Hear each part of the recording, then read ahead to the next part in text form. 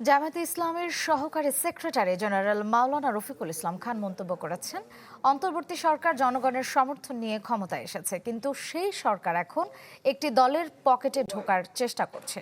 দুপুরে বগুড়ার টিটু মিলনায়তনে দলীয় এক অনুষ্ঠানে তিনি বলেন, জুলাই সনদের আইনি ভিত্তি, গণহত্যার বিচার ও সংবিধানের মৌলিক সংস্কার না করেই নির্বাচন দেওয়ার চেষ্টা করছে অন্তর্বর্তীকালীন সরকার। কিন্তু দেশের মানুষ আওয়ামী স্টাইলের কোনো নির্বাচন হতে দেয়া হবে না বলে হুঁশিয়ারি দেন মাওলানা রফিকুল ইসলাম খান। তিনি বলেন, ফেব্রুয়ারি মাসের মধ্যে নির্বাচন দিতে হবে, তবে এর আগে জুলাই সনদের আইনি ভিত্তি দিয়ে সেই সনদের অধীনে নির্বাচনের আয়োজন করতে হবে।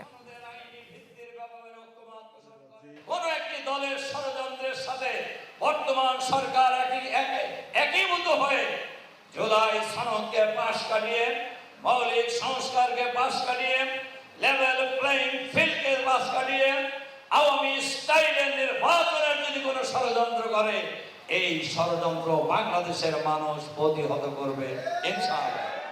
আমি বুঝি নির্মাণের শিল্প, সালাম স্টিল বোঝে ডিউরেবিলিটি। সালাম স্টিল, মোস্ট ডিউরেবল স্টিল।